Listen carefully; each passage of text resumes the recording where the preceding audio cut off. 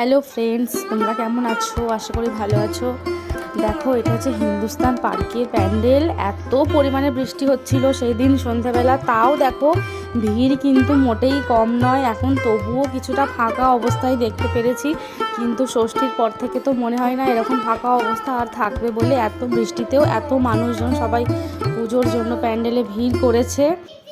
আমি কোনোদিনও তৃতীয়ার দিনে ঠাকুর দেখতে বেরাইনি, এই প্রথমবার আমি তৃতীয়ার দিনে ঠাকুর দেখতে গিয়েছিলাম। বেশ মজা হলো। আমার কাছে তো পুজো পঞ্চমী থেকেই স্টার্ট হতো, কিন্তু এবছরে আমার তৃতীয়া থেকেই পুজো স্টার্ট হয়ে গেছে। তাও আমি প্রথমবার দেখলাম যে তৃতীয়াতেও এত মানুষজন ঠাকুর দেখার জন্য আর কি আসে। কলকাতার সাইডে প্রচুর পরিমাণে ভিড় হয়। আমার খুব ভালো লাগলো ঠাকুর দেখে। আর এখানে রিক্সা দিয়ে পুরো প্যান্ডেলটাকে আর কি রিক্সা দিয়ে করেছিল। পুরো থিমটা ছিল রিক্সার বিভিন্ন পার্টস দিয়ে আর কি বিভিন্ন রকম কত সুন্দরভাবে ডিজাইন করা। ওরা অত সুন্দর করে প্যান্ডেলটাকে বানিয়েছে, দেখো তোমরা। আমার তো বেশ দারুণ লেগেছে।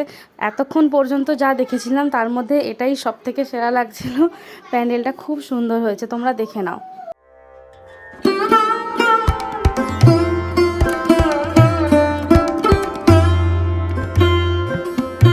যারা এখনও পর্যন্ত দেখে এসেছো প্যান্ডেল, তারা তো জানোই কতটা সুন্দর হয়েছে প্যান্ডেলটা।